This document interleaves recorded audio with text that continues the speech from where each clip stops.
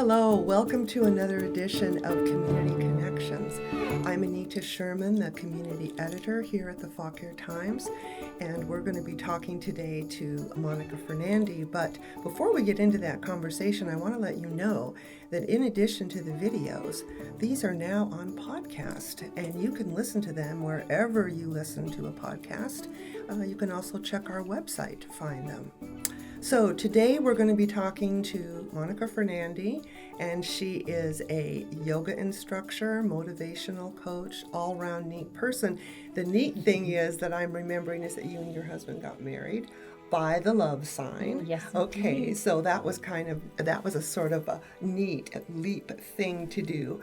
But the neat thing that we're going to talk about is where you've been recently, and that was on a trek to the Mount Everest Base Camp. So tell us a little bit about yourself and then how you got into that. Well, first of all, thank you so much You're welcome. for having me here and inquiring about these adventures. And I say these because, as you just mentioned, the love sign, things happen in our life sometimes and we don't expect them to. And if you asked me this time last year, do you want to go to Mount Everest Base Camp? I would say, why? Yeah. I didn't see it coming. The love sign wedding was divine intervention, call it what you will, a contest, a wonderful coup, Old Town Warrenton, and I was there. It was very cool. it was It was a community wedding. for sure. The love sign was just the big picture of the love that was rippling through the town. So that I didn't see coming, kind of divine intervention, as I said. So fast forward a year later, and Marianne Clyde invited me to partake in this fundraising event. And initially, I went to see Marianne actually around the corner to hear about publishing a book, which I'm writing. And that's the initial meeting I had. Well, that turned out to be inquiry on her part to ask me first to come join this trek. And it was for World Hope International. Right, and she said she lives life just so large because, of course, I'm on that Be the Change Foundation with Marianne. So I know Marianne, but anyway, yes, so exactly, inspiring. Exactly. So taking leaps of faith and taking big treks to lead by example is what she has done her whole life. So she's asked everybody, and everybody but me said no. I did not have this on my bucket list. And I brought it home to my newly wed, beloved husband, Mailman Mike, as he's called. And he was like, oh, this is a great cause for clean water accessibility. Wait, I've always wanted to go. Oh, so he was like on I board. said, I didn't know you wanted to go to Mount Everest. Well, he was thinking the summit, right? But I said, well, so you see, about 20 some odd years ago, he did the entire Appalachian Trail in 6 months. So he's an adventure seeker.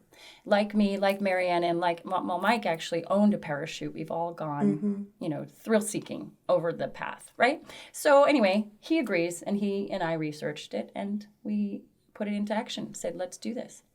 I think one of the things that's kind of interesting about it, because when you look online about it, it will say if you're in pretty good condition, fair condition, you can do this.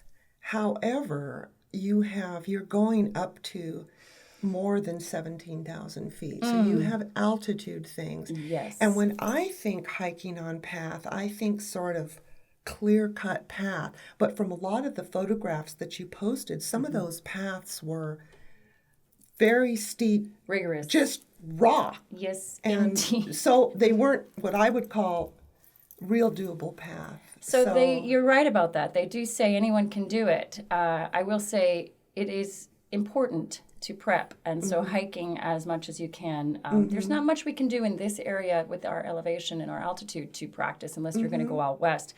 In my history, you said a little bit about yourself. I've always loved the outdoors and skied out west. Never had any issues with altitude. And I've actually likened this, now that I've done altitude, to having a baby. Nobody can tell you what it's like until you actually do it. Right. So and then once you're into it, there's no turning back. Yes. It's like when you're in the throes of it, I've often thought, wait a minute, I don't think I want to do this anymore, right. but you're So sort of committed. Exactly. The thing about it is you do all the steps that you can do, and being a yoga instructor and a personal trainer knowing what to do, but sometimes a plumber doesn't always have the pipes that are tightened, right? We know what to do, but we don't always take the time to do it. However, we put the nose to the grindstone once we committed in April, and we hiked on our beautiful Skyline Drive in the Shenandoah National Park as much as we could on our days off. Mike and I built up our endurance. So do you see the headband that I have on here? Yes. Breathe. I wore this one and another one the entire trek, pretty much not only to remind myself, deep breaths, especially when the oxygen was less and less. And then as people passed us by, especially coming down, and I felt relief that I got and succeeded, albeit challenging, I was reminding people by them reading my headband. So the breath is key. And we get into emotional duress when we see a climb ahead of us. And every time I seemed to turn around, there were rocks and high climbing, but it wasn't hand over foot. So it is a trek of a lifetime that anyone, yes, can do. We did pass all different levels. Marianne would tell me that there was actually quite a bit of traffic on the path sometimes. Yes. Other trekkers, other hikers, animals, and oftentimes the path very narrow. So I don't know what the courtesy issue, if clearly you'd probably want to go to the inside rather than the outside because sometimes kind of steep. Yes. And they were all different, diverse, lush, sometimes green forests. We covered 42 miles up and 42 miles down, pretty much the same path. And we actually have our map that we dated all of the... Right, I saw you did that. And we had it framed here in town, and we dated, so we knew when we got to where. So anyway, you go through many diverse landscapes. And yes, you're right, the narrow paths were kind of daunting. And you tend to have to let the animals lead the way. Now, don't forget, there's no Amazon trucks or delivery trucks up there. If you heard, there's only these yaks and donkeys and horses that carry the goods to the tea houses. And what about Wi-Fi? Because there were times when you were able to post some things. Amazingly, yes. That's only been developed in the last 5 or so years, and it costs money. I'm sure it does. Approximately about $5 to hook up at a tea house. And, then again, on a side note, water costs money, toilet paper costs money, the things in our country that we take for granted. So it was worth it to let the people know in our lives, like yourself, thank you for following, and those that did follow, thank you, that we were okay, and to give pictures and to update people, to let them know, because if we don't know, people think Mount Everest, it's the base camp, it's not the summit, it's not ice picking and you'd have to have a lot more, I would think, skill set. That would be Sarah Ostreider, who is the professional climber. She's going to summit in about a year and a half, and we will applaud her and watch and bated breath, wait for her to succeed. But no, that is a totally different beast. And in terms of money raised, I think a little more than $20,000 between the three of us. Between the three. Yeah. So anyone that wanted to go on the trek, the invitation was out there. They pictured as many as 10 to 15 in a group, led by Sarah. We were 5. We dropped to 4 because of an injury. Right. I remember Heather had some knee complications, and they had to helicopter her out. First, she rode on a pony. I saw some pictures of her on the pony, and I'm like, because she was on this pony, so you're higher up, so that makes it. And then she's going down. Very brave girl. I thought, oh my goodness. Yeah, the talk about core center. When you're on a horse and an animal is going down those rocks, you really have to manipulate your body, go with the flow, overcome fear, breathe deeply. So she was a brave person, and then got helicoptered out. Yeah, so we were down to 4 that made it to base camp. And I'll tell you, it was the hardest thing I've ever done as far as not knowing what to expect. I think there were a couple times when Mike carried your pack for you. That's right. I saw that and I thought, oh gosh, poor guy. Well, it was he's a mailman, right? He carries the pack.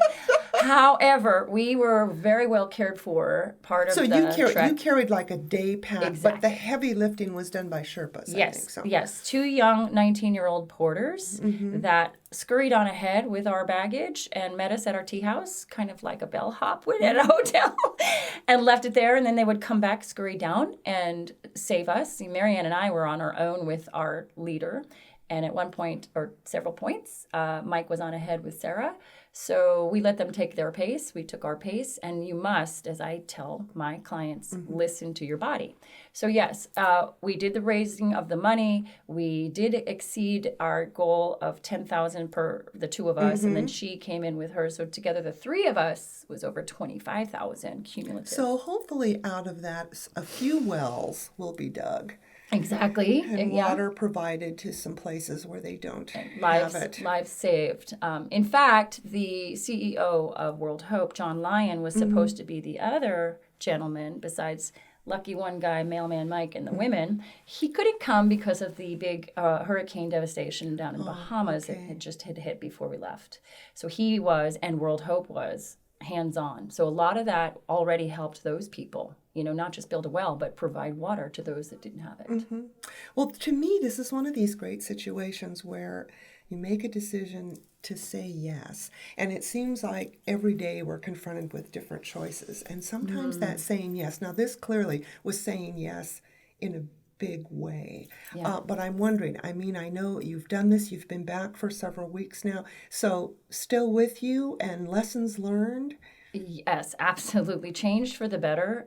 Taking our self out of ourself and looking at the big picture to understand that we are all connected and to understand that selflessness and that giving back is just so enriching to our heart, our soul, and our life. And as a yoga teacher, first of all, it was a physical journey for me, but it was also a very spiritual journey. And yes, it is still with me. It will forever be with me. I would do it again, even though I say it was the hardest thing. I would do it again. Second to that was giving birth to my firstborn almost 26 years ago without any drug or anything. And so that, until now, was the hardest thing. And would I do that again? Yes, an emphatic yes, because this is making a change. You have as your motto the grow strength within, and I'll just do one little segue to our viewers that Monica also contributes to the Fauquier Times with a fairly regular column, and so again, thank you for that. Thank you. Yeah, yes, and the health and wellness, absolutely. Right. So this is a lotus flower that is combined with a fern, and we developed this logo because I believe all of us start with a seed that plants. If we're going to decide to do something, it starts with a thought, and emotion drives us, and then we build from there, and we bloom and we blossom. The lotus is seen in yoga world and internationally because of the difficulty that it does pushing through mud to get to full blossom each and every time. Yeah. So Michelle Coe actually did my logo for me and my brand. Great. Yes, she was my brand designer, and this was like giving birth itself because I had a vision. She helped me build it, and there you have it. So everything starts with an inside job. Your strength, whether it's physical, mental, emotional, all starts with the interior of you. So yeah, that climb, this applied. For sure. I'm curious, weather-wise, was it chilly? Yes, windy? Indeed. Just like the diverse landscape, we had to lather up with sunscreen. We had to cover ourselves, but you're very close to the sun. We started at 9,600 feet. Right. We climbed to 17,600. And so the closer you get, the colder it got, of course. And so to answer your question specifically, it was about 60s during the day, beautiful sun. Sure, but then layers, at night. and then at night, when you go to bed at 7, bundled up in your down sleeping bag, at the top, it got to be probably single digits. It was just unfortunate that was where the oxygen was the least. And so breathing was challenging. And then you had to go to the bathroom a bit because I took preventative altitude sickness medication, which is a diuretic at that point. When it's cold and I got to get out of the bath or go to it's not even a bathroom, it's a latrine. 5 times in the middle of the night, that particular coldest, so single digits, and you don't want to get out of your bundled up comfort. But we were only there one night, did the trek to base camp, and oh my goodness, words don't do it justice. Right, and I read something recently, and again, I hail from the West Coast, so there was Mount Hood. I mean, there's the whole mountain ranges around, and I've certainly had been up to the mountains, but no real, serious like hiking. But I've read that there's just something very spiritual and warrior-like about being in the mountains, being surrounded by mountains. I agree. And of course, those are some of the highest Yes. mountains. And I was in Nepal years ago, saw them, was not into any kind of trekking at that point, but certainly saw that mountain range and surrounded by that. So it's pretty amazing. It puts our lives in perspective. The magic of it all, and the life and the energy. We actually got to, thankfully from afar, witness an avalanche.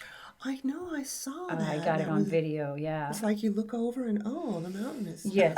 Our trek guide, who's been doing it for about 19 years or so, said he sees them about twice a year. And then just was asking him, and I kid you not, turned and heard this noise in the distance and saw it and caught it on film. Thankfully, nobody was near it. At the top there, it looks like the moon. You're above the tree lines. Sure. And so you can see for miles. You can see these amazing, majestic mountains. And the people there believe that, these are our spirits. These are gods, if you will. They are, there's magic in it. You don't want to mess with that, Wow. And it's just humbling. You could cry with joy, I did. And so I definitely did, especially when I came down and I was like, whew, I did that, yes. All right. This has just been absolutely wonderful. Thank you for stopping by and sharing this, because this is just, it's really awesome. Thank you so much. Thank you. No, you're very welcome. I definitely wanted to get you on here and to share this. And also to our viewers and those of you that are going to listen on podcast, join us for a future community connection. We always look forward to it and hope you do as well. Thank you.